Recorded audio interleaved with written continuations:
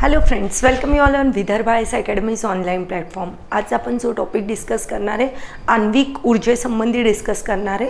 त्यामध्ये आण्विक ऊर्जाचा मी तुम्हाला थोडासा बेसिक अँगल देण्याचा इथं काय करणार आहे प्रयत्न करणार आहे की आण्विक तंत्रज्ञान जो आहे त्याचाही इथं तुम्हाला थोडासा अँगल बघायला मिळेल.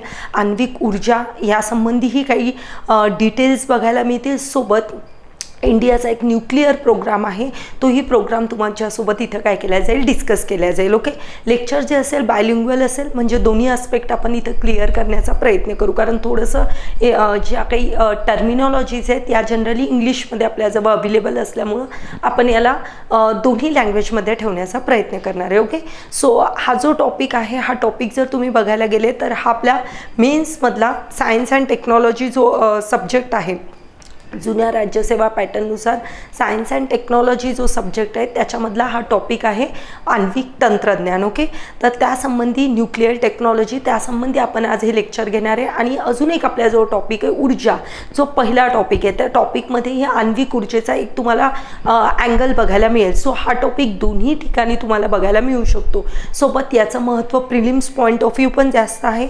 सो त्या अँगलनं आपण राज्यसेवा मेन्स पॉईंट ऑफ व्ह्यू या टॉपिकला बघण्याचा प्रयत्न करत आहोत. ओके, जुन्या अभ्यासक्रमानुसार. तर आपण सुरुवात करू या टॉपिकला. आणि असं नाही आहे की काही विद्यार्थी नवीन पॅटर्ननुसार प्रिपेअर करत असतील तर बेसिक सेमच राहील, बेसिक्समध्ये काही बदल होणार नाही. फक्त क्वेश्चनचं नेचर जे आहे ते थोडंसं बदलू शकतं. म्हणजे जे आता आपण डिस्क्रिप्टिव्ह पॅटर्ननुसार जर काही लोक प्रिपेअर करत असाल तर त्यांसाठी हा व्हिडिओ फायदेशीर राहू शकतो. कारण अल्टिमेटली बेसिक तर बदलणार नाही आहे. सो त्या पॉईंट ऑफ व्ह्यू जरी तुम्ही काय केलं या लेक्चरला बघितलं तरी तुम्हाला याचा फायदा निश्चित होऊ शकेल. ओके, सो आता विदाऊट वेस्टिंग टाईम आपण आपलं लेक्चर जे आहे ते चालू करू. सो बेसिक डिटेल चालू करायच्या ऐवजी जे मी आत्ताच तुम्हाला सांगितलं विज्ञान आणि तंत्रज्ञान जो कोर्स आहे त्या कोर्समध्ये तुम्हाला बाकी काही टॉपिक्स जे आहेत जे मेन्स मुख्य परीक्षेसाठी इम्पॉर्टंट आहे, जे विद्यार्थी जुन्या अभ्यासक्रमानुसार प्रिपेअर करत आहेत त्यांच्यासाठी हा कोर्स आहे. जे नव्या अभ्यासक्रमानुसार करत आहे मी त्यांना रिकमेंड करणार नाही हा कोर्स. कारण हा कोर्स जो आहे तो ऑब्जेक्टिव्ह पॉईंट ऑफ व्ह्यू बनवण्याचा प्रयत्न केलेला आहे. म्हणजे जो राज्यसेवेचा जुना पॅटर्न होता, जुन्या पॅटर्नमध्ये जशा पद्धतीचे क्वेश्चन्स वगैरे विचारले जायचे त्या पद्धतीचं इथं कोर्सचं नेचर ठेवलेलं आहे. त्यामुळे जे विद्यार्थी जुन्या अभ्यासक्रमानुसार प्रिपेअर करत असतात त्यांच्यासाठीच हा कोर्स म्हणजे फायदेशीर राहू शकतो. म्हणजे मी तुम्हाला एक पहिलेच डिटेल देऊन देते. नवीन अभ्यासक्रमानुसार प्रिपेअर करणारा, नवीन इन द सेन्स डिस्क्रिप्टिव्ह, नवीनचा अर्थ असा नका घेऊ कारण विज्ञान आणि तंत्रज्ञानाचाही कोर्स अपडेट झालेला आहे काही दिवसापूर्वी. तर हा विज्ञान आणि तंत्रज्ञान जे objective point of view prepare करत असतील त्यांच्यासाठी. ओके, सो तुम्हाला बाकी काही टॉपिक्स चेक करायचे असेल तर तुम्ही डेफिनेटली कोर्समध्ये जाऊन चेक करू शकता, जो प्ले स्टोअरवर अवेलेबल असेल. ओके, सो आता मी एकदम बेसिकपासून सुरुवात करणार आहे. या लेक्चर्समध्ये मी काही न्यूक्लिअर रिॲक्टर किंवा अजून काही न्यूक्लिअर पॉवर प्लांट्स वगैरे ते जे पॉईंट्स आहेत ते स्टॅटिक पोर्शनपेक्षा मी कन्सेप्च्युअल अँगलवर जास्त फोकस करण्याचा प्रयत्न करते. आय नो दॅट की फॅक्च्युअल डेटावर पण प्रश्न येतात. कन्सेप्च्युअल अँगल समजल्याशिवाय फॅक्च्युअल अँगलला तितकं महत्त्व राहते. म्हणून आपण दोन्ही अँगलचा इथं काय करू विचार करू. म्हणजे फॅक्च्युअल पॉईंट ऑफ व्ह्यू पण आपण याचा विचार करू आणि या पॉईंट ऑफ व्ह्यू पण आपण याचा विचार करू. कोणत्या म्हणजे फॅक्च्युअल प्लस कन्सेप्च्युअल दोन्ही अँगलचा आपण इथं विचार करणार आहोत. Okay, so without wasting time आपण चालू करू फ्रॉम बेसिक. हे पहा, आता जर तुम्हाला सगळ्यात पहिले विचारलं की एलिमेंट्स जे आहेत ते एलिमेंट्स जे आहेत ते जो काही एलिमेंट असेल एखादा तो एलिमेंट जो आहे तो कंपाऊंड कशापासून बनलेला असेल एलिमेंट, आणि एलिमेंट्स कशापासून बनले असतील वेगवेगळ्या ॲटम्सपासून. म्हणजे मी तुम्हाला जर म्हणलं की आता सपोज टेक एक्झाम्पल H2O लिहिला तर तुम्ही सगळे लोक याला काय म्हणणार, H2O is like a compound. Okay, मग आता कंपाऊंड कशापासून बनला आहे रे, एलिमेंट्सपासून बनला आहे. एलिमेंट्स कशापासून बनले, ॲटम्स. तर तुम्ही म्हणणार की ॲटम हा काय झाला, स्मॉलेस्ट युनिट झाला. काय म्हणणार, ॲटम काय झाला, स्मॉलेस्ट युनिट झाला. पण मला सांगा हे कितपत खरं आहे की ॲटम हा स्मॉलेस्ट युनिट झाला. तर तुम्हाला जे वाटत असेल की ॲटम हा स्मॉलेस्ट युनिट आहे पण ॲटमचंही काय होतं रे, फायनली डिव्हिजन होतं. ॲटमचंही 3 भागामध्ये आपण काय करू शकतो, वर्गीकरण करू शकतो असं म्हणू शकतो. याचं वर्गीकरण आपण असं म्हणू शकतो की ॲटम हा प्रोटॉन, इलेक्ट्रॉन आणि न्यूट्रॉन यांपासून बनलेले आहेत. ओके, हे तुम्ही बेसिक्समध्ये पुष्कळ लोक शिकले असतील पण आपल्याला या बेसिकची आज गरज पडणार आहे. म्हणून आपण सगळ्यात पहिले पहिले काय करू, थोडंसं बेसिक अँगलला टच करू आणि नंतर मेन्स अँगलचा जो इम्पॉर्टंट म्हणजे जी टर्म्स आहेत ज्या फिजन फ्युजन याला पण चेक करू. ओके, सो सगळ्यात पहिले आपण सांगितलं एक कंपाऊंड होता. कंपाऊंडला जर आपण कंपाऊंड कशापासून बनलाय सांगितलं तर एलिमेंट म्हणू शकतो. एलिमेंट्स कशापासून, एलिमेंट्समध्ये बनत असताना ॲटम्सचे बनलेले असं आपण म्हणू शकतो. तर मी उदाहरण घेतलं H2O. H2O हे काय झालेले एलिमेंट्स झाले आणि हे H2 जो जर मी कन्सिडर केला एक एलिमेंट कन्सिडर केला तर तो कशापासून बनला, ॲटम्स. तर ॲटम्स हे ॲटम्सचं वर्गीकरण करायला गेली तर मी 3 याच्यात ॲटम्सला लिहू शकते, एक इलेक्ट्रॉन, एक प्रोटॉन आणि एक कोणता सांगू शकते, न्यूट्रॉन. असे 3 प्रकारात मी याला काय करू शकते, डिवाइड करू शकते. क्लिअर आहे सगळ्यांना. सो एक मोठं युनिट जे आहे, मोठं आपण त्याला म्हणू शकतो, एक मोठा आपल्याला जर काही मेजर सांगायचं असेल तर आपण कंपाऊंड म्हणू आणि स्मॉलेस्ट काय सांगणार, ॲटम सांगणार. पण ॲटमचंही आपण काय करू शकतो रे, वर्गीकरण करू शकतो. आता जर तुम्हाला ही डायग्राम दिसत असेल तर या डायग्राममध्ये तुमच्या लक्षात येईल की याच्यामध्ये हा एक ॲटम असल्याचं मी दाखवण्याचा प्रयत्न केला आहे. हा काय दाखवलेला आहे मी, ॲटम पार्टिकल दाखवलेलं तुम्हाला लक्षात येईल. आता या ॲटम पार्टिकल्समध्ये काय बघा, प्रोटॉन्स आहे, इलेक्ट्रॉन्स आहे आणि काय न्यूट्रॉन आहे. 3 ॲटम बघायला मिळतात. पण तुम्ही जर लक्षात घेतलं तर प्रोटॉन आणि न्यूट्रॉन हे कुठे रे, सेंटरला प्रेझेंट आहे आणि इलेक्ट्रॉन काय करत आहे, रिव्हॉल्व करत आहे. ओके, सो तुम्हाला एक पॉईंट लक्षात ठेवायचा आहे, प्रोटॉन्स आणि न्यूट्रॉन हे कुठं प्रेझेंट असतील, सेंटरला प्रेझेंट असतील. ओके, मग आता तुम्ही म्हणणार हे याचं कारण काय, त्याचं कारण असं आहे की हे जे तुम्हाला प्रोटॉन्स आणि न्यूट्रॉन्स दिसतात हे कंपॅरेटिव्हली जास्त हेवी दिसतात. हेवी म्हणण्यापेक्षा ते जास्त जड बघायला मिळतात आणि हे जड असल्यामुळं ते काय होतात, सेंटरला जातात आणि जे हलके असतात इलेक्ट्रॉन ते काय करताना तुम्हाला बघायला मिळतात, रिव्हॉल्व करताना बघायला मिळतात. तर सगळ्यात पहिली कन्सेप्ट तुम्ही इथं शिकले आहात की ॲटम्समध्ये प्रोटॉन्स, इलेक्ट्रॉन्स, न्यूट्रॉन असतात. प्रोटॉन्स आणि न्यूट्रॉन्स हे कुठं असतात रे, सेंटर पॉईंटला, सेंटर मध्यभागी केंद्रस्थानी बसलेले आहेत. इलेक्ट्रॉन काय करत आहे, फिरत आहे. त्याचं कारण सांगितलं की हे वजनानं कसे असतात रे, कंपॅरेटिव्हली जड असतात आणि त्याच्यामुळे ते कुठं बसलेले, सेंटर पॉईंटला बसले. एवढं तुम्हाला कळलं असेल असं अपेक्षित आहे. ओके, चला आता पुढे बघा.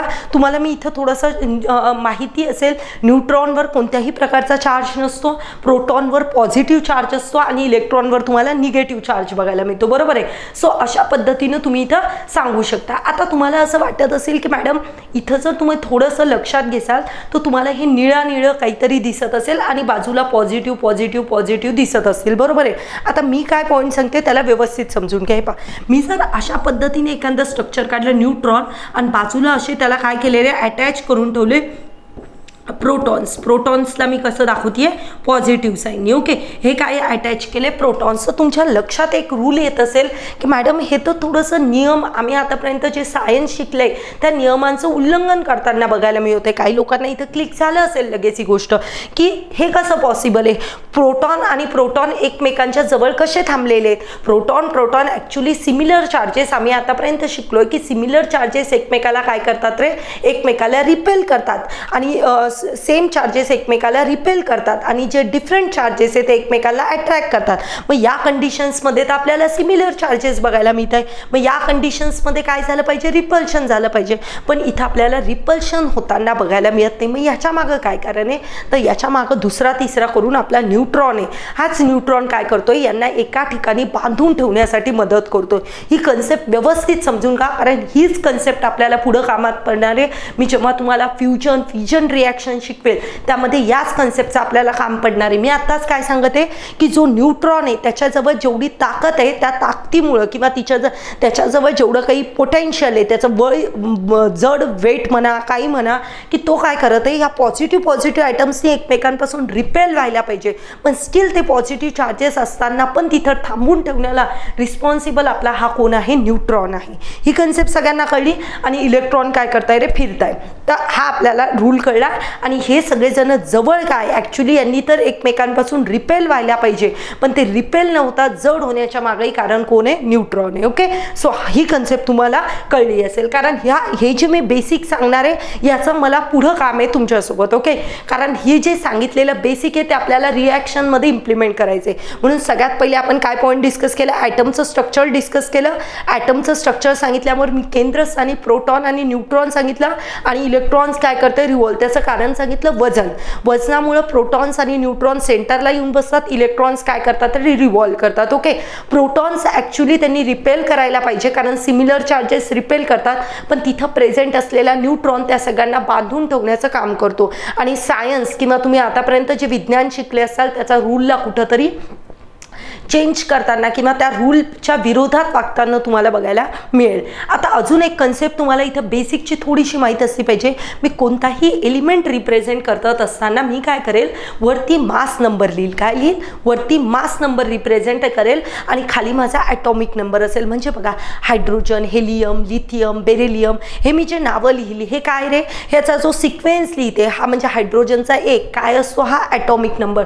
तो ॲटॉमिक नंबर नेहमी तुम्हाला एलिमेंटच्या कुठं लिहायचं आहे, खाली लिहायचं आहे. म्हणजे ॲज पर की जे सायंटिफिक रूल असतील त्यावाईज लिहिलं जातं की कोणताही एलिमेंट जो आहे त्या एलिमेंटच्या खाली आपण ॲटॉमिक नंबर रिप्रेझेंट करतो आणि त्याला आपण डिनोट करू शकतो झेडनी. आणि जो ॲटॉमिक नंबर असेल त्याला आपण डिनोट करू शकतो एनी, सॉरी मास नंबरला डिनोट करू शकतो एनी आणि ॲटॉमिक नंबरला डिनोट करू शकतो झेडनी. ओके, थोडंसं क्रॉस कनेक्शन आहे कारण ॲटॉमिक नंबर म्हणल्यावर आपल्या डोक्यात पहिले येईल की नाही ए न रिप्रेझेंट, नाही, ॲटॉमिक नंबर रिप्रेझेंट झेडनी करायचं आणि ॲटॉमिक मास नंबर रिप्रेझेंट कशाने करायचं. So it's represented by mass number represent by a letter. Okay, capital any represent करायचं. मग ॲटॉमिक नंबर म्हणजे काय, मास नंबर म्हणजे काय, एकदम सोप्या शब्दात सांगते. ॲटॉमिक नंबर म्हणजे त्यामध्ये म्हणजे कोणत्याही एलिमेंटमध्ये जेवढे प्रोटॉन्स प्रेझेंट असतील त्याला आपण काय म्हणणार, ॲटॉमिक नंबर. काय म्हणणार, जेवढे नंबर ऑफ प्रोटॉन्स त्याच्यामध्ये असेल तो त्याचा काय झाला, ॲटॉमिक नंबर झाला. मग मॅडम एक प्रोटॉन आहे एक ॲटॉमिक नंबर, दोन प्रोटॉन आहे दोन ॲटॉमिक नंबर, तीन प्रोटॉन आहे तीन ॲटॉमिक नंबर. तर अशा पद्धतीनं आपण त्याचा ॲटॉमिक नंबर सांगू शकतो. मास नंबर जो आहे ते नंबर ऑफ न्यूट्रॉन्स किती आहे त्या बेसवर सांगू शकतो. बघा, त्या बेसवर आपण सांगू शकतो. म्हणजे बघा, प्रोटॉन्स आणि न्यूट्रॉन या दोघं किती आहेत यांची बेरीज करून आपण सांगणार की त्याचा मास नंबर किती आहे. ओके, सो बघा आता मी तुम्हाला एक उदाहरण देते, त्या उदाहरणातून तुम्हाला कळून जाईल. बघा, आता मी सपोज टेक एक्झाम्पल एक एलिमेंट घेतला आहे. ओके, इथं मी एक एलिमेंट लिहिला आणि त्याच्यामध्ये असं लिहिलं की तीन इथं काय रे, तीन इथं प्रोटॉन्स आहे. सो तीन प्रोटॉन म्हणजे या लेटरला मी झेडनं रिप्रेझेंट करणार आणि वर मी काय लिहिणार, मास नंबर. तर मास नंबर मी लिहिलाय 5. तर तुम्ही काय सिग्निफाय करसाल या गोष्टीतून, उदाहरण दिलंय मी फक्त की उदाहरणामध्ये मी खाली 3 लिहिला आणि वर सपोज 5 लिहिला. ओके, 5 6 दिसतोय तो ॲक्च्युली, पण 5 लिहिला. ठीक आहे, हा मी याला काय रिप्रेझेंट केलं, 5नी रिप्रेझेंट केलं. सो मला सांगा यातून तुम्हाला काय कळतंय, तर तुम्ही मला सांगसाल की मॅडम झेड म्हणजे झेड रिप्रेझेंट करतो ॲटॉमिक नंबर आणि ॲटॉमिक नंबर सिग्निफाय करतात नंबर ऑफ प्रोटॉन्स. म्हणजे या ॲटममध्ये 3 प्रोटॉन्स आहे असं तुम्ही सांगू शकता, बरोबर. मग मला एक गोष्ट सांगा, वरचा मास नंबर काय काय सिग्निफाय करतो रे, हे पहा, झेड रिप्रेझेंट कशाला करतोय, प्रोटॉन्सला, बरोबर, ॲटॉमिक नंबर. मग वर जर म्हणलं मास नंबर कशाला रिप्रेझेंट करतोय, तर प्रोटॉन्स प्लस न्यूट्रॉन. आणि प्रोटॉनची संख्या मला खाली माहिती पडून जाते. जर ॲटॉमिक नंबर माझ्याकडे असेल तर मला प्रोटॉन 100% माहीत पडतात की प्रोटॉन्स त्याच्यामध्ये किती आहे, 3 आहे. मग मला काय शोधायचं आहे, न्यूट्रॉन किती. मी काय करणार, हा जो ए आहे याच्यामधून काय मायनस करणार, झेड मायनस करणार. तर मला कशाची ए मधून मी जर झेड मायनस केला तर मला कशाची संख्या मिळणार आहे, नंबर ऑफ न्यूट्रॉन. म्हणजे मी काहीच नाही केलं, ही जी व्हॅल्यू 5 आहे तिला कशातून मायनस केलं, झेड मधून केलं. कारण झेड काय रिप्रेझेंट करतोय, झेड म्हणजे इनडायरेक्टली काय झालं, प्रोटॉन झाले. मग प्रोटॉन जर मी त्याच्यातून सबस्ट्रॅक्ट केले तर माझ्याजवळ वरचे येणारे नंबर काय शो करणारे, न्यूट्रॉन्स किती. पॉईंट कळला का तुम्हाला व्यवस्थित, की मला सांगायचं एवढं आहे की कधी कधी असं होऊ शकतं आपल्याला ॲटॉमिक नंबर आणि ॲटॉमिक मास नंबर दिलेला असू शकतो. मग या बेसवर आपण त्या ॲटममध्ये न्यूट्रॉन किती आहे हे फाइंड आउट इझिली करू शकतो. काही मोठी डिफिकल्ट टास्क नाही आहे की न्यूट्रॉन्स किती आहे हे फाइंड आउट करणं. ओके, सो आता बघा पुढचा पॉईंट. पुढच्या पॉईंट्समध्ये आता मी अजून एक कन्सेप्ट शिकवणार आहे, तिचं नाव आहे आयसोटोप. कारण हे बेस क्लिअर असं खूप आवश्यक आहे. एकदम जर मी रिॲक्शनवर जम्प झाली तर काही लोकांचं बेसिक थोडंसं वीक असू शकतं. वीक म्हणण्यापेक्षा वीक कुणाचंच नसतं. माझा असा पॉईंट आहे की आपण म्हणजे ती गोष्ट विसरले असू शकतो. आता हे एवढं रँडम आहे की ज्या व्यक्तीला याच्याबद्दल चांगली माहिती असेल तोही व्यक्ती विसरू शकतो. म्हणून आपण फक्त कन्सेप्टला आपल्या ब्रशअप करून पुढे जाण्याचा प्रयत्न करत आहे. हां, चला आता एक आयसोटोप नावाची कन्सेप्ट येते. की ज्यावेळेस तुम्हाला आयसोटोपचा वर्ड बघायला मिळेल त्यावेळेस तुम्हाला एक पॉईंट लक्षात येईल. बघा आता ज्यावेळेस मी आयसोटोप हा वर्ड यूज करेल ना, तुम्हाला एक लॉजिक इथे यूज करायचे की ज्यावेळेस मी आयसोटोप म्हणते त्यावेळेस तुम्ही एक ऑब्झर्वेशनमध्ये एक पॉईंट सगळ्यात पहिले घ्या. आता हे मी काय म्हणते, हे आयसोटोप्स ऑफ युरॅनियम आहे, हे आयसोटोप्स ऑफ हायड्रोजन आहे. सो तुमचं ऑब्झर्वेशन काय होत आहे बघा, हा एक एलिमेंट आहे, या एलिमेंटचा हा काय झाला ॲटॉमिक नंबर झाला. सो मी याला रिप्रेझेंट झेडनी करेल. हा माझा काय झाला मास नंबर झाला, त्याला मी कशानं रिप्रेझेंट करेल, एनी. इथं माझा ॲटॉमिक नंबर, हा माझा मास नंबर, पुन्हा हा ॲटॉमिक नंबर, हा मास नंबर. सो या पिक्चरला किंवा या इमेजला तुम्ही जर ऑब्झर्व केलं तर तुमच्या लक्षात येईल की मॅडम इथे आमचा ॲटॉमिक नंबर सगळ्या केसमध्ये काय राहतोय, सिमिलर राहतोय. ॲटॉमिक नंबर आमचा काही बदलत नाही आहे. तुम्ही मला सांगणार की या केसमध्ये असं होतंय की ॲटॉमिक नंबर सेम राहतोय. मग आम्ही चेंजेस फक्त बघतोय ॲटॉमिक मास नंबरमध्ये. कशात चेंजेस बघतोय रे, ॲटॉमिक मास नंबरमध्ये. ॲटॉमिक मास नंबरमध्ये बदल बघतोय. मग आमचं लॉजिक हे सांगतं की ॲटॉमिक नंबर म्हणजे number of proton, atomic mass number म्हणजे ॲटॉमिक मास नंबर यूज करते मी. मास नंबर म्हणजे प्रोटॉन प्लस न्यूट्रॉन, म्हणजे प्रोटॉनची खाली संख्या असेल तेवढीच वर पण प्रोटॉनची संख्या राहणार आहे. एक एलिमेंटमध्ये इथं प्रोटॉन वेगळे आणि इथं असं तर नाही होणार. इथं जेवढे प्रोटॉन्स आहेत ते एवढेच इथं राहील. म्हणजे ॲक्च्युली आयसोटोप्स म्हणजे एवढंच की ॲटॉमिक नंबर सेम आहे पण ॲटॉमिक मास नंबर बदलते. आणि ॲटॉमिक मास नंबर बदलते म्हणजे याचा अर्थ याच्या न्यूट्रॉनमध्ये बदल होतोय. सिंपल आहे का नाही आहे? काय होतंय, ॲटॉमिक नंबर सेम राहतोय पण बदल कशात होत आहे, ॲटॉमिक मास नंबरमध्ये. त्याला तुम्ही आयसोटोप म्हणसाल. पण आम्ही लक्षात घेतलं की ॲटॉमिक नंबर म्हणजेच काय, प्रोटॉन्स आहे. मग वर आणि खाली तर प्रोटॉनची संख्या सारखीच राहील. मग बदल कशात होतो, ॲक्च्युली न्यूट्रॉनमध्ये. तर तुम्ही इथं एक मुद्दा असा मांडू शकता की ज्यावेळेस तुम्हाला आयसोटोप टर्म दिसेल तुम्ही सांगता ॲटॉमिक नंबर सेम आहे, मास नंबर वेगळा आहे. ॲटॉमिक नंबर सेम आहे म्हणजे प्रोटॉनची संख्या सेम आहे आणि मास नंबरमध्ये पण प्रोटॉन आहे. प्रोटॉनच्या नंबरमध्ये फरक पडणार नाही, फक्त फरक कशा पडेल, न्यूट्रॉनमध्ये. म्हणजे जेवढे काही आयसोटोप्स असतात त्यामध्ये आपल्या असं लक्षात येतं की त्यामध्ये आयसोटोप म्हणजे आयसोटोप ऑफ युरॅनियमचे 3 हे लिहिले मी, उदाहरणं 3 लिहिले. सो या तिन्ही केसमध्ये तुमच्या लक्षात येईल की बदल कशात झाला आहे रे, बदल तुम्हाला झालेला मास नंबरमध्ये दिसेल आणि मास नंबरमध्ये झालेला बदल रिफ्लेक्ट करतो आहे की कशामध्ये बदल झालेला आहे, नंबर ऑफ न्यूट्रॉन्समध्ये झाला आहे. कारण खालच्या केसची आपल्याचं सिच्युएशन काय बघायला मिळते, सेम. सो तुम्ही इथं काय कन्क्लूड करसाल, आपण एका स्लाईडवर याला मांडण्याचा प्रयत्न करू. सो आपण इथं अशा पद्धतीनं कोट करू की इथं आपल्या लक्षात येईल की आयसोटोप म्हणजे दुसरं तिसरं काही नाही. आयसोटोप आम्ही जी टर्म आयसोटोप जी आम्ही टर्म शिकलो त्यामध्ये आम्ही शिकलो की ॲटॉमिक नंबर काय होतो, ॲटॉमिक नंबर त्या केसमध्ये कसा राहतो, सेम राहतो. फक्त बदल कशात होतो, ॲटॉमिक नंबर सेम, फक्त बदल कशात होतो, चेंजेस आपल्याला कशात बघायला मिळतात. सो ते चेंजेस आपल्याला बघायला मिळतात मास नंबरमध्ये. मास नंबरला कसं डिनोट करायचं, मास नंबरला आपण डिनोट कसं करणार, एनी करणार आणि याला कसं डिनोट करणार, झेड. आणि झेड म्हणजेच काय रे, नंबर ऑफ प्रोटॉन्स. वरच्या केसमध्ये जेवढे प्रोटॉन्स असतील तेवढेच काय राहतील खालच्या केसमध्ये. सो खालच्या केसमध्ये प्रोटॉन्स आणि न्यूट्रॉन्स असतील आणि हा जो न्यूट्रॉन आहे हा ॲक्च्युली बदल घडवते त्यामुळं आयसोटोप बनत आहे. सो आयसोटोप म्हणजे दुसरं किस्सा काही नसून एक तर ही डेफिनेशन लिहायची की ॲटॉमिक नंबर सेम किंवा मास नंबरमध्ये होणारा बदल किंवा दुसरा पॉईंट ऑफ व्ह्यूला आपण रिप्रेझेंट करू शकतो एकदम म्हणजे दुसऱ्या अल्टरनेटिव्ह याला असं पण लिहू शकतो, नंबर ऑफ न्यूट्रॉन्समध्ये होणारा change. Okay, number of neutrons काय होत आहे, चेंज होत आहे. सो त्याला पण आपण काय कन्सिडर करू शकतो, चेंज होत आहे. सो त्यालाही आपण काय कन्सिडर करू शकतो, आयसोटोप्स. ओके, सो ही कन्सेप्ट तुम्हाला होपफुली क्लिअर झाली असेल की आयसोटोपचा अर्थ काय होतो. ओके, सो आपण आयसोटोप्स ऑफ हायड्रोजन आणि युरॅनियमचं आपल्याला या केसमध्ये काम आहे. बघा हा प्रश्न काही वेळेस विचारला जातो की आयसोटोप्स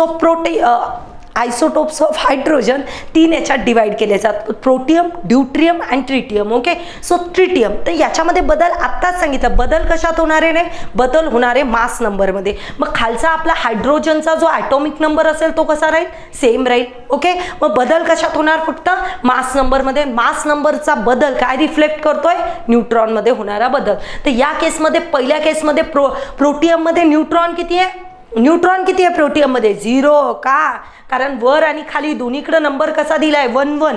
आणि इकडं प्रोटॉन 1 असेल, वर पण प्रोटॉन 1, म्हणजे न्यूट्रॉन किती झाले या केसमध्ये? 0. मग मी म्हणलं ड्यूट्रियममध्ये न्यूट्रॉन किती आहे? तुम्ही सांगणार 1. आणि इथं न्यूट्रॉन किती सांगसाल? 2. कारण इथं वर नंबर किती दिसतोय? 3. सो एक प्रोटॉन आहे. मग 2 काय असतील रे? तिथं 3 करायची आहे ना, ॲडिशन 3 यायला पाहिजे.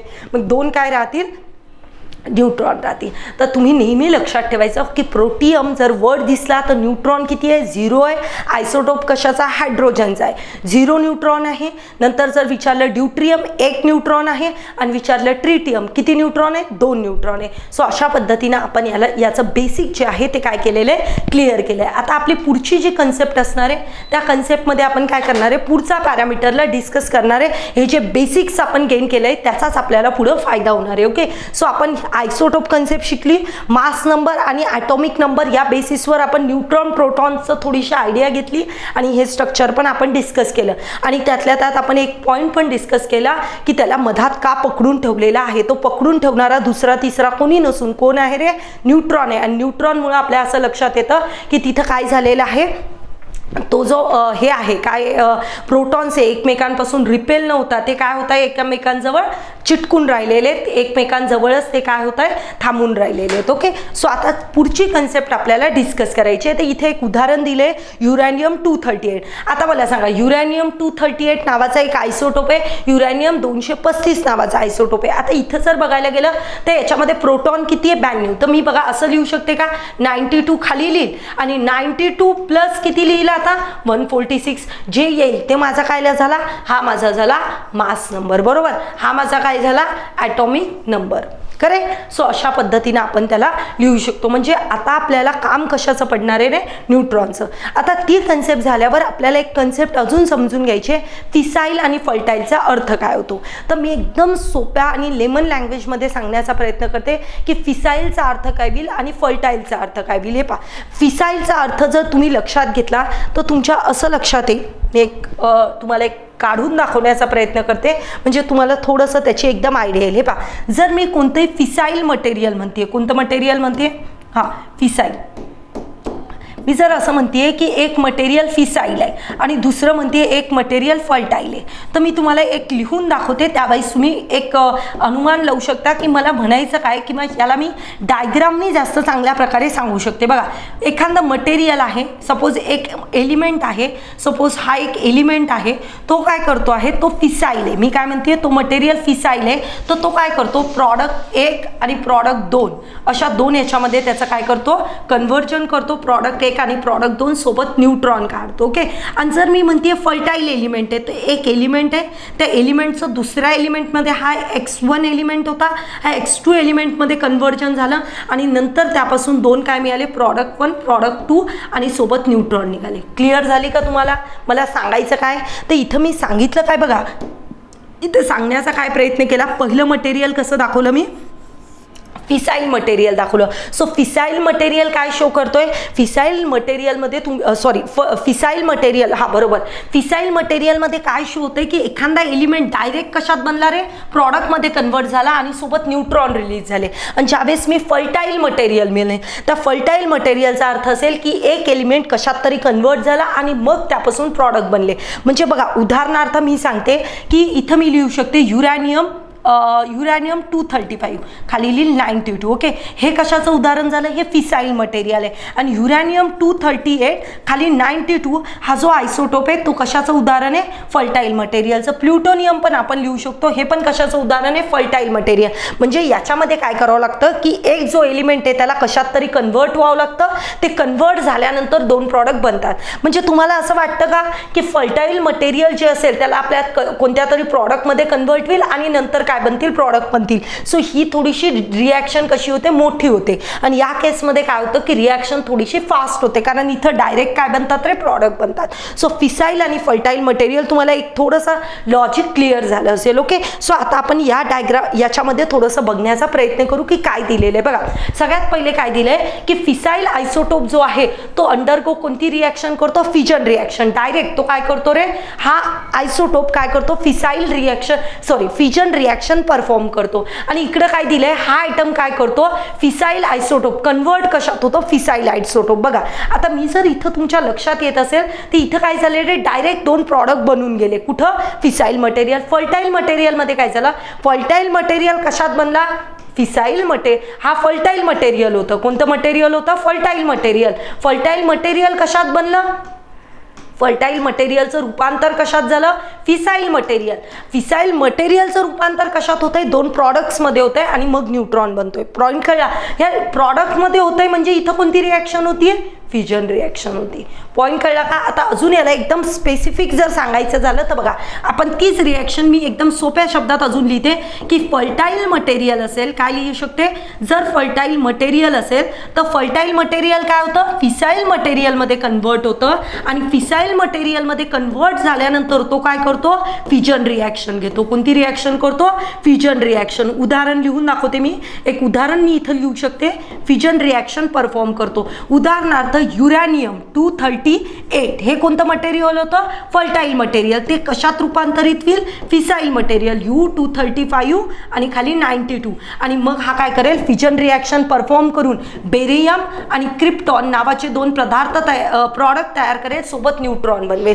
तर ही कोणती रिॲक्शन झाली, या रिॲक्शनला मी म्हणेल फर्टाईल मटेरियल कशात रूपांतरित झाला, फर्टाईल मटेरियल कशामध्ये रूपांतर, फर्टाईल मटेरियलचं काय झालं, काय केली त्यानं, फ्युजन रिॲक्शन केली. मग मॅडम फिसाईल मटेरियलचं कसं होईल, फिसाईल मटेरियलमध्ये डायरेक्ट त्याचं कन्व्हर्जन कसं होईल, फिसाईल मटेरियल असेल तर डायरेक्ट ते फिसाईल मटेरियल रूपांतरित कशामध्ये होईल, फ्युजन रिॲक्शन. त्यामध्ये काय होऊन जाईल, फ्युजन रिॲक्शन. म्हणजे जर फिसाईल मटेरियल जर असेल तर आपण असं म्हणू शकतो फक्त एवढीच रिॲक्शन काय होईल, परफॉर्म होईल. क्लिअर आहे का. सो ही पूर्ण रिॲक्शन झाली तर तिला काय म्हणायचं, फर्टाईल मटेरियल होतं. एवढीच झाली तर त्याला काय म्हणायचं, फिसाईल मटेरियल होतं. एकदम क्लिअर झालं असेल फिसाईल आणि फर्टाईलचा फरक काय. फर्टाईलचा अर्थ, फर्टाईल होत असताना तुम्हाला असं बघायला मिळेल चेन बनते, बरोबर.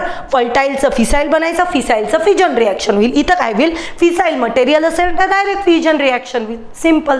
फ्युजन रिॲक्शन म्हणजे काय, आता ऐका, फ्युजन रिॲक्शन म्हणजे काय. फ्युजन रिॲक्शन बघा मी इथं दाखवलेलं आहे, हां क्लिअर झालं असेल. फ्युजन म्हणजे काय, फ्युजन म्हणजे एक ॲटम आहे, एक ॲटम आहे, त्याचं काय होणं, तुकडे होणं, त्याला काय होणं, ब्रेकअप होणं, त्याचं तुकडे होणं म्हणजे काय झालं, फ्युजन रिॲक्शन झाली. मग फ्युजनचा अर्थ काय होतो, फ्युजनचा अर्थ होतो एकत्र येणं.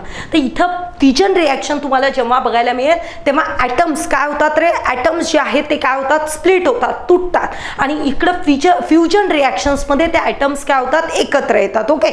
आता या दोन्ही केसचं मी उदाहरण सांगते. आता मी तुम्हाला सांगते की हे थोडंसं अवघड पोर्शन आहे, तुम्हाला पेशन्स खूप जास्त ठेवावं लागतील. आता हा पोर्शन असा नाही आहे की आम्ही राज्यसेवा करत नाही, आम्ही स्किप केलं तरी चालेल, नाही. ज्या लेवलचे तुमच्या वेगवेगळ्या एक्झाम्समध्ये प्रश्न येत आहेत ना, तर ती लेवल तुम्हाला मॅच करणं खूप आवश्यक आहे. त्यामुळे समजून घेण्याचा प्रयत्न करा. मी डेफिनेटली समजून सांगण्याचा प्रयत्न करते. स्टील तुम्हाला काही डाऊट्स वगैरे असतील तर तुम्ही डेफिनेटली आस्क करू शकता कमेंट सेशन्समध्ये. ओके.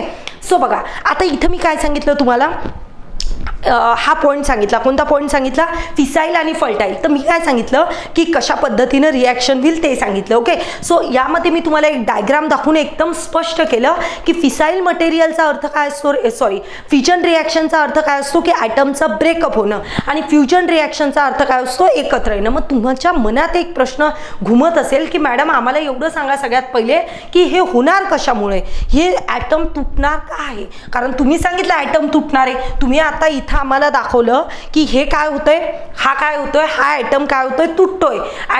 ॲटम्स काय होतील, तुटतील. ही फर्टाईल मटेरियलचं रूपांतर असं होईल, बरोबर, आणि फिसाईल मटेरियलचं रूपांतर असं होईल. पण ॲक्च्युली फ्युजन रिॲक्शन होणार का, फ्युजन रिॲक्शन होण्याच्या मागं कारण काय आहे, ते एकदम सोपं कारण आहे. मी एकदम सोप्या शब्दात सांगते की फ्युजन रिॲक्शन होण्याच्या मागं एक सिंपल कारण असतं.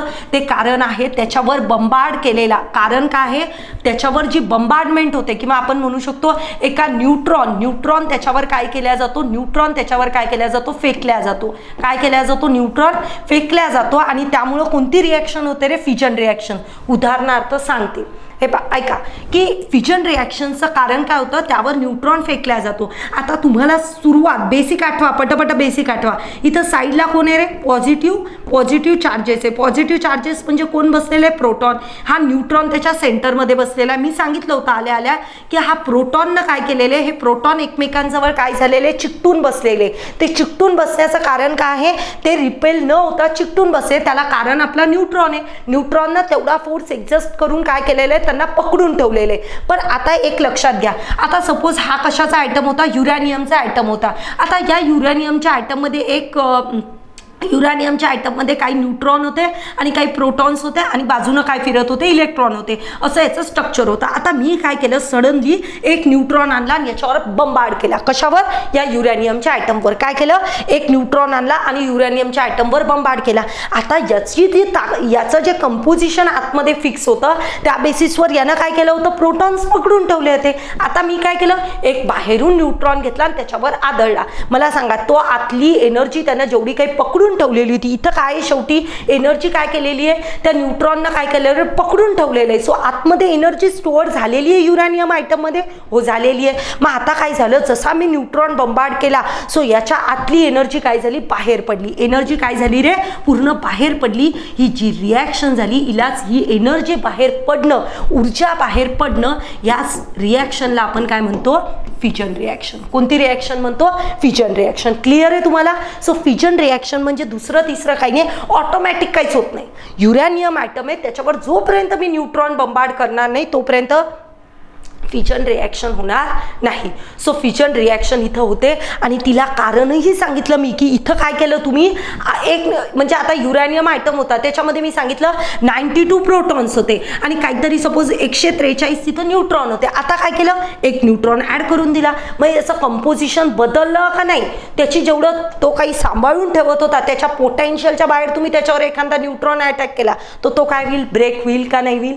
तर तेच इथं होतं आणि त्याच्यामुळं काय होते, ऊर्जा क्रिएट होते, ऊर्जा इथं जनरेट होते. तिलाच आपण म्हणतो फिजन रिॲक्शन परफॉर्म झाली. ऊर्जा जी बाहेर पडली तिलाच आपण फिजन रिॲक्शन म्हणतो. आणि या ऊर्जेच्या फॉर्मॅटमध्ये, कोणत्या ऊर्जेच्या फॉर्मॅटमध्ये येते, ही हीटमध्ये. आणि मग मॅडम आपण ते न्यूक्लिअर पॉवर प्लॅन्ट जे डिस्कस करतो ते काय असतं, तर बरोबर आहे तुमचं. इथं जी काही ऊर्जा बनलेली आहे, जी काही हीट आहे, त्या हीटचा वापर कशासाठी केला जातो, पाणी किंवा स्टीम तयार करण्यासाठी, वाफ तयार करण्यासाठी या ऊर्जेचा वापर तयार केला जातो. स्टीम, वाफ तयार करण्यासाठी. आणि वाफ तयार केली की बाजूला काय होईल, जनरेटर असेल ते टर्बाईन्स असतील, ते टर्बाईन काय होणार, फिरणार. आणि टर्बाईन फिरले काय होईल, जनरेट होईल, इलेक्ट्रिसिटी जनरेट होईल. सो इथे इलेक्ट्रिसिटी त्या पद्धतीनं काय करू शकतो आपण, जनरेट करू शकतो. सो हे एक माध्यम आहे, तिला आपण म्हणतो आण्विक ऊर्जा मेकॅनिझम. काय म्हणतो, आण्विक ऊर्जा मेकॅनिझम. तर हा पॉईंट तुम्हाला व्यवस्थितरित्या माहीत असला पाहिजे. सो न्यूट्रॉनचं बंबार्डिंग झालं. न्यूट्रॉनचं बंबार्डिंग झाल्यामुळे याचा आतलं युरॅनियमचं स्ट्रक्चर होतं ते डिस्टर्ब झालं. त्यामुळे हा काय झाला रे, फुटला तर काय निघली, बाहेर एनर्जी निघली. आणि एनर्जी निघली, तिचं तुम्ही कशासाठी वापर केला, स्टीम म्हणून, वाफ म्हणून. ती हीट ऊर्जा निघली. ती हीट ऊर्जा तुम्ही पाणी घेतलं, गरम केलं, त्या पाण्यातून वाफ निघली. वाफेमुळं काय झाले, टर्बाईन फिरले, टर्बाईनमुळं एनर्जी जनरेट झाली आणि तिलाच तुम्ही इलेक्ट्रिसिटी म्हणून यूज केलता. त्याच कन्सेप्टला आपण काय लिहितो, आण्विक ऊर्जा. काय लिहितो, आण्विक ऊर्जा. जो आज आपल्या याची काय होती, थीम होती. पण त्यासाठी एवढं बेसिक माहीत पाहिजे. मग मॅडम आम्ही तर असं ऐकलं की फिजन रिॲक्शन खूप डेंजर असते. बरोबर ऐकलं तुम्ही. आता त्याला मी पुढं डिक्टेट करते. बघा, न्यूट्रॉन होता, इथे एक युरॅनियम आयटम होता, त्याच्यावर तुम्ही न्यूट्रॉन काय केला रे, बंबार्ड केला. त्याच्यावर न्यूट्रॉन काय केला आपण, फेकला. सो फेकल्यामुळं काय झालं, हा फुटल्यामुळं काय झालं, ऊर्जा तयार झाली. पण मॅडम ऊर्जेसोबत अजून काही नाही तयार झालं का, हो झालं. जसं मी तुम्हाला सांगितलं होतं, बेरियम, क्रिप्टॉन हे काही प्रॉडक्ट तयार झाले. पण एवढंच नाही, बाहेर एक न्यूट्रॉन तयार झाला. म्हणजे एक न्यूट्रॉन निघला, हो निघला. एका न्यूट्रॉन एक नाही निघला ॲक्च्युली, इथं एकापासून 2 न्यूट्रॉन बनले. काय बनले, 2 न्यूट्रॉन बनले. आता ऐका, एकच न्यूट्रॉन फेकला तर ऊर्जा निघाली. आता तिथं काय होईल, 2 न्यूट्रॉन. म्हणजे 2 न्यूट्रॉन म्हणजे हा याची रिॲक्शन परफॉर्म करेल, हा याची. म्हणजे तुम्हाला लक्षात येईल की एक न्यूट्रॉन फेकल्यामुळं 2 न्यूट्रॉन तयार होतात. बघा असं इकडं लिहिते मी आता. हे बघा, एक न्यूट्रॉन फेकला तर किती न्यूट्रॉन बनले, कारण एनर्जी निघली. एनर्जी सोबत काही प्रॉडक्ट, हीट एनर्जी निघली. एनर्जी सोबत काही प्रॉडक्ट निघले, क्रिप्टॉन आणि बेरियम. आणि सोबत काय निघली, हा क्रिप्टॉन आणि बेरियम निघले. आणि सोबत काय निघलं रे, 2 बेरियम आणि 2 न्यूट्रॉन निघले. म्हणजे मी असं रिलेशन लावू का, एका न्यूट्रॉनपासून 2 न्यूट्रॉन जनरेट होतात का नाही होत. मग आता किती न्यूट्रॉन तयार झाले, 2 न्यूट्रॉन. हा एक आणि हा एक 2 न्यूट्रॉन. हा पुन्हा किती जनरेट करेल, 2 करेल. हा किती जनरेट करेल, 2. म्हणजे ही रिॲक्शन कशी होईल रे, पुढं जाईल. म्हणजे बघा, या 2चे किती होतील, 4 होतील. याच्या 2चे 4 होतील. कळतंय का पॉईंट. सो ही रिॲक्शन काय होते, मोठी होत जाते. मग यासाठी आपण काही करू शकत नाही का, का नाही करणार. त्यासाठी मी तुम्हाला एक डायग्राम बनवली नाही ॲक्च्युली मी, ती ऑलरेडी आपल्याजवळ अवेलेबल आहे. सो बघा, यामध्ये जे कंट्रोल रॉड दिसतात, या कंट्रोल रॉडचं म्हणजे ही जे मेकॅनिझम आहे तेच दाखवते की इथं काय होतात. यामध्ये आता तुम्हाला मी दाखवलं की प्रत्येक टाइम पिरियडला काय बघायला मिळेल तुम्हाला, तिथं न्यूट्रॉन जनरेट होताना बघायला मिळतील. कारण एक न्यूट्रॉन फेकल्यानंतर 2 न्यूट्रॉन मिळतात. मग एवढे न्यूट्रॉन जर आपण बंबार्ड करू तर काय होईल रे, एकदम खूप जास्त एनर्जी निघेल. एवढी गरज आहे का नाही. तर आपण काय करायचं बघा, एक न्यूट्रॉन फेकला, काय केला, दुसरा कलर घेते. एक न्यूट्रॉन आपण काय केला, बंबार्ड केला. सो एक न्यूट्रॉन जर बंबार्ड केला तर काय होईल, 2 न्यूट्रॉन बनतील. सो आपण काय करायचं, इथं 2 न्यूट्रॉन बनल्यापैकी एक न्यूट्रॉन काय करेल, कंट्रोल रॉड वर काढून घेईल. म्हणजे आता किती न्यूट्रॉन राहिला, एकच न्यूट्रॉन राहील, बरोबर. सो एक न्यूट्रॉन वाईज काय बनेल, ऊर्जा जनरेट होईल. सो ती ऊर्जा कशासाठी यूज केली जाते, हे ही स्टीम बनेल.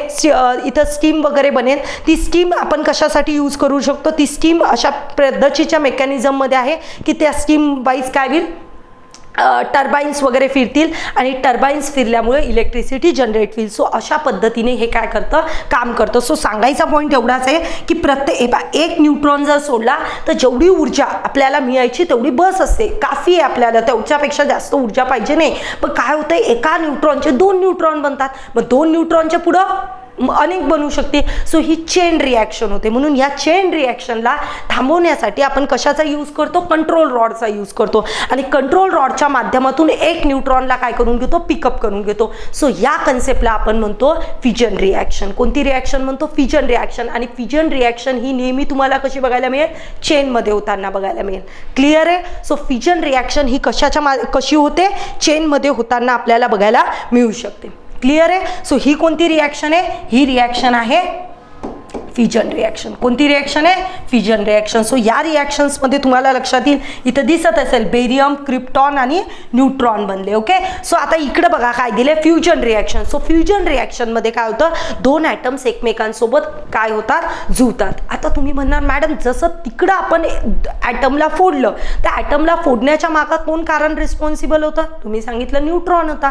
मग फ्युजनमध्ये कोण रिस्पॉन्सिबल आहे, फ्युजनमध्ये एक पॉईंट लक्षात ठेवा.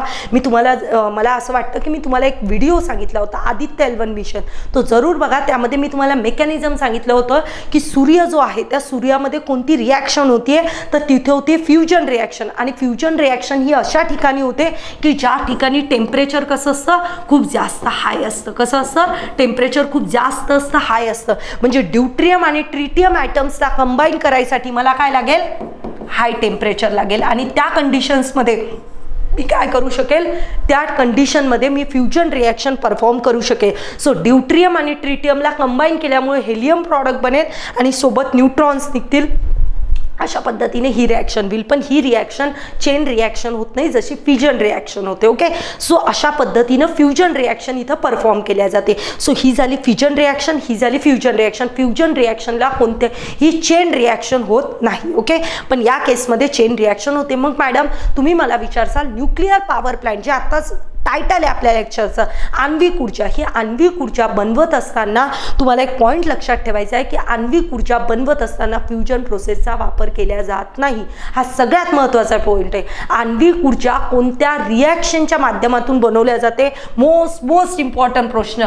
आण्विक ऊर्जा क्रिएट करत असताना आपण कोणत्या रिॲक्शनची मदत घेतो, फ्युजन रिॲक्शनची. कोणत्या रिॲक्शनची घेतो, फ्युजन रिॲक्शनची आपण मदत घेतो. हा पॉईंट सगळ्यांनी काय करा, क्लिअर ठेवा की फ्युजन रिॲक्शनचीच आपण काय करतो, मदत घेतो. ओके. सो हा फिजन आणि फ्युजन हे तुम्हाला क्लिअर झालं असेल की फ्युजन रिॲक्शन म्हणजे काय आणि फ्युजन रिॲक्शन म्हणजे काय. ओके. सो फिसाईल फर्टाईल पण आपण डिस्कस केलं, फ्युजन पण डिस्कस केलं. आता एकच कन्सेप्ट राहिली आहे, तिचं नाव आहे युरॅनियम एनरिचमेंट. अजून पॉईंट आहे याच्यामध्ये, म्हणजे ॲक्च्युली याच्यामध्ये मला तुम्हाला न्यूक्लिअर टेस्ट वगैरे, पोखरण वगैरे कसं झालं होतं, स्माइलिंग बुद्धा नाव ऐकलं असेल तुम्ही, ऑपरेशन शक्ती ऐकलं असेल, या पण गोष्टी आहे. पण आपण आपण ते एखाद्या दुसऱ्या लेक्चरमध्ये डिस्कस करू, कारण लेक्चर खूप मोठं होतं आहे. ओके, कारण कन्सेप्च्युअल याच्यामध्ये कन्सेप्ट खूप जास्त आहे. त्यामुळं आता फक्त एवढी कन्सेप्ट शिकवणार आहे आणि लेक्चरला एंड करेल. नवीन लेक्चरमध्ये तुम्हाला अजून पुढच्या काही अशाच इंटरेस्टिंग फॅक्ट याच्या डिस्कस करेल. ओके, खूप इंटरेस्टिंग टॉपिक आहे, one of the most interesting topic आहे आण्विक ऊर्जा. ओके,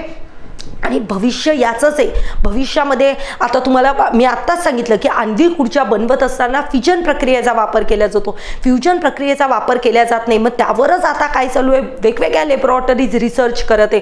सो हा रिसर्च कसा होणार हे आपल्या म्हणजे आपण जे काही आता एक्झामिनेशन्स वगैरे देतो यामध्ये हा आस्पेक्ट खूप महत्त्वाचा डॉमिनेट रोल प्ले करणार आहे फ्युचरमध्ये. ओके, सो बघा आता बघा इथं काय दिलेलं आहे की युरॅनियम एनरिचमेंट नावाची एक कन्सेप्ट असते. बघा, तर युरॅनियम एनरिचमेंट जर कुठं वर्ड दिसतात एक पॉईंट लक्षात ठेवायचा, जो आपला नॅचरल युरॅनियम असतो त्याच्यामध्ये फर्टाईल का फिसाईल मटेरियल, ते एक लक्षात ठेवा. फर्टाईल मटेरियल कोणतं सांगितलं होतं U-238 आणि फिसाईल मटेरियल कोणतं सांगितलं होतं 235. मग सांगा, मी तुम्हाला आत्ताच सांगितलं होतं की फ्युजन रिॲक्शन डायरेक्ट करायची असेल तर कोणतं मटेरियल पाहिजे रे, फिसाईल मटेरियल. मग आता हे मटेरियल नॅचरल युरॅनियममध्ये हे आपलं फिसाईल मटेरियलचं कॉन्सन्ट्रेशन कमी असतं. बघा दिसतंय का, 0.77 71. तो फिसाईल मटेरियल आहे 235. आपण असं म्हणू की नॅचरल युरॅनियममध्ये फिसाईल मटेरियल एकदम कमी आहे. मग आपण नंतर काय केलं, इथं तुम्हाला 3 ते 5% बघायला मिळेल. सो नंतर काय केलं, 5 ते 20 केलं, नंतर 90पेक्षा जास्त केलं. सो या कन्सेप्टला म्हणल्या जातं युरॅनियम 235ची मात्रा वाढवणं म्हणजेच फिसाईल मटेरियल काय करणं, वाढवणं. एखाद्या युरॅनियमच्या याच्यामध्ये फिसाईल मटेरियल वाढवणं, त्याच कन्सेप्टला म्हणल्या जातं एनरिचमेंट. काय म्हणल्या जातं, युरॅनियमचे एनरिचमेंट करणं. सो अशा पद्धतीनं आज आपण फ्युजन फिजन या रिॲक्शन्स कव्हर करण्याचा प्रयत्न केला. म्हणजे याच्यामध्ये अजून हा चॅप्टर खरंच खूप जास्त लेंदी आहे, पण मी अजून एखादा व्हिडिओ घेईल आणि त्यामध्ये अजून याच्या पुढचे पॉईंट जे आहेत ते इलॅबरेट करेल. तोपर्यंत thank you so much guys. Okay.